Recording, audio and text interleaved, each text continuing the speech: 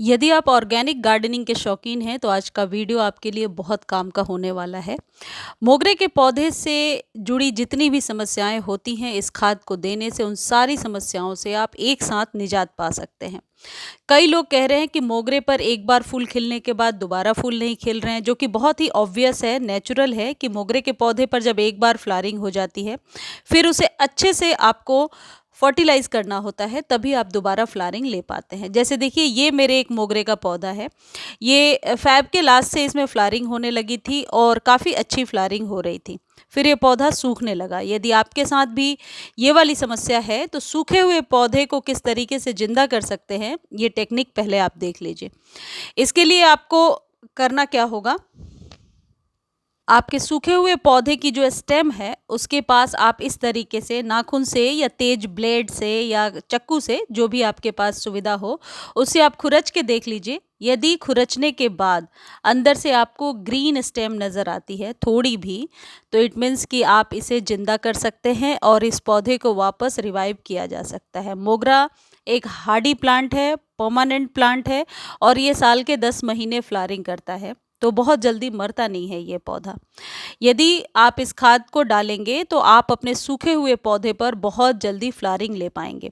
और ये जो टेक्निक मैं आपको बता रही हूँ ये खाद बनाने के लिए, ये मिट्टी को नेचुरली यानी प्राकृतिक तौर पे सूक्ष्म जीवाणुओं से भर देगा। वर्मी कंपोस्ट आप इसलिए ही लेते हैं ताकि मिट्टी जो है वो अच्छी उपजाऊ हो सके, और इसलिए हम डालते हैं कि नाइट्रोजन की मात्रा जल्द अच्छी मिल सके। लेकिन कई लोग कह रहे थे कि मैम कुछ घरेलू बताइए जो इसका सब्स्टिट्यूट हो, एप्सम सॉल्ट और वर्मी कंपोस्ट का सब्स्टिट्यूट हो। तो ये जो दो खाद बता रही हूँ, ये एप्सम सॉल्ट आप नहीं भी यूज़ करते हैं तो इसका इस्तेमाल कीजिए। इससे आपके पौधे बहुत ही हरे भरे रहेंगे। मोगरा की यदि कलियाँ झड़ रही हैं और दोबारा फूल नहीं खिल रहे हैं, तो इन दोनों का एक तरीका है कि स्टेम यदि बहुत लेगी हो गई है या फिर कली झड़ने के बाद आपने यहाँ से कट नहीं किया है, तो फिर अच्छी फ्लावरिंग नहीं मिल पाती है और पौधे अनशेप्ड हो जाते हैं, इधर उधर से बढ़ने लगते हैं। तो मोगरा को पूरे साल में कभी भी प्रून किया जा सकता है।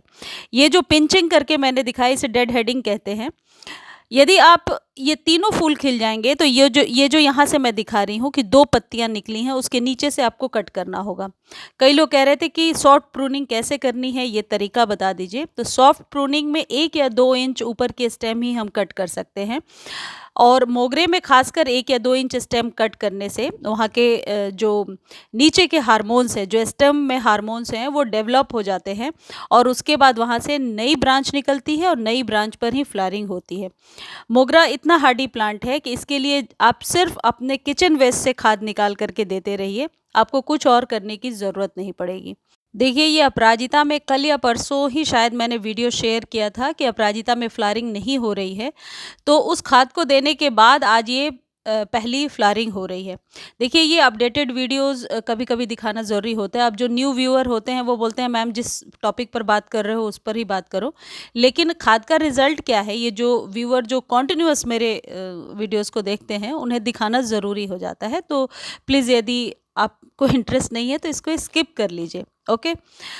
देखिए, ये जो खाद है ये किचन वेस्ट से तैयार हो जाएगा बहुत आसानी से। इसे आप इंस्टेंट बना करके अपने पौधे में दे सकते हैं, इसको फर्मेंट कराने की भी ज़रूरत नहीं पड़ेगी।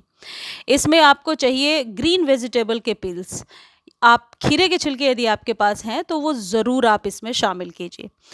इनको क्या करना है, मान लीजिए 2-3 गमले के लिए आप बना रहे हैं, तो मैंने 3-4 तोरी और खीरे के छिलके इसमें ले लिए हैं और इन्हें पीस दीजिए। आप पीसना ज़रूरी है इन पील्स को। पीस करके और आप 2 या 3 लीटर पानी में इसे मिला लीजिए। मिला करके कम से कम 3-4 घंटे आपको छोड़ना पड़ेगा, क्योंकि इसमें जो चीज़ हम लोग मिलाने वाले हैं उससे नाइट्रोजन, कैल्शियम, पोटेशियम, जो-जो चीज़ें आपके पौधे को चाहिए सब कुछ मिल जाएँगी।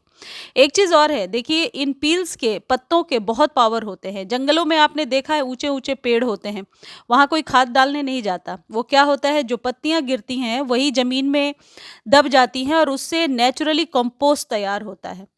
अब इसमें आप डालेंगे 1 चम्मच में मैंने लिया आधा चम्मच चाय पत्ती और आधा चम्मच कॉफ़ी। बहुत ऑप्शनल है, यदि कॉफ़ी नहीं है या चाय पत्ती नहीं है तो आप नहीं भी इस्तेमाल कर सकते हैं या 1 चम्मच भर के चाय पत्ती ही ले सकते हैं।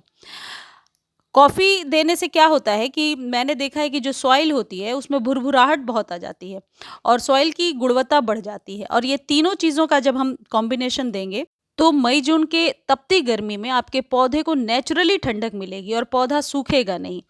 और इसका रिजल्ट बहुत ही बेस्ट होगा। आप लोगों में से जितने लोग इस्तेमाल करेंगे, यदि आप लोग कंफर्टेबल हों तो मेरे से एक बार रिजल्ट ज़रूर शेयर किया करें। इससे और व्यूअर को फ़ायदा हो जाता है, क्योंकि फिर कुछ दिनों बाद वही सेम प्रोसेस हम और न्यू व्यूअर के लिए बताते हैं, क्योंकि हर दिन तो कुछ ना कुछ लोग जुड़ ही जाते हैं।